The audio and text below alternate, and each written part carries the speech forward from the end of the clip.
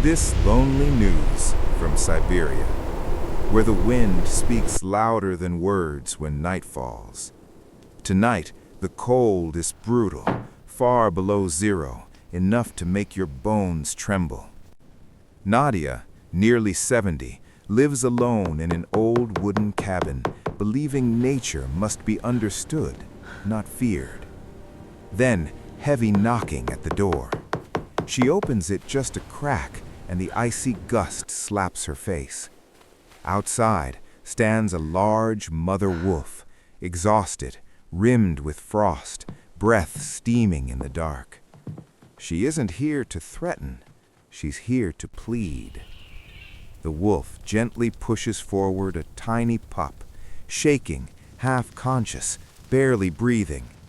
Nadia's heart tightens. Getting close is dangerous, but doing nothing is worse.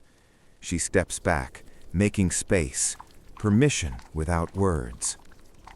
The ambient SFX of fire crackling and wind fading behind the door. Nadia wraps the pup in a thick blanket and sets it near the stove, feeding warm water drop by drop. She adds fresh wood to the fire, watching the pup's chest rise, then fall, then rise again. The pup swallows, weakly, then again, and Nadia realizes it wants to live. The mother wolf lies nearby, alert but calm, watching every breath. She doesn't snarl, she doesn't advance, she simply waits, like a mother who has run out of options. And in that small room, the fear slowly turns into something else, understanding. Days pass. The pup steadies on its legs, wobbling across the wooden floor. The mother wolf finally relaxes, licking the pup's head as if whispering, "You're safe, for now." Nadia builds a small shelter beside the cabin, wood and straw against the storms. She leaves food at a distance, helping without claiming, because kindness isn't ownership, it's protection. One night, the blizzard returns. Nadia walks out with a lantern, snow to her knees, because kindness is rarely comfortable.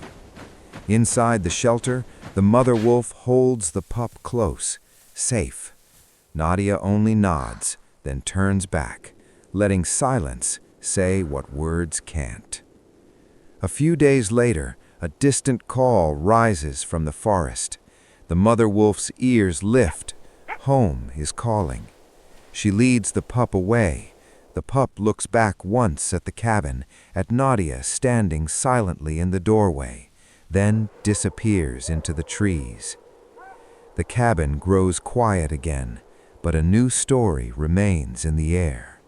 Because sometimes, in the harshest places, a little courage and a little kindness can return a life.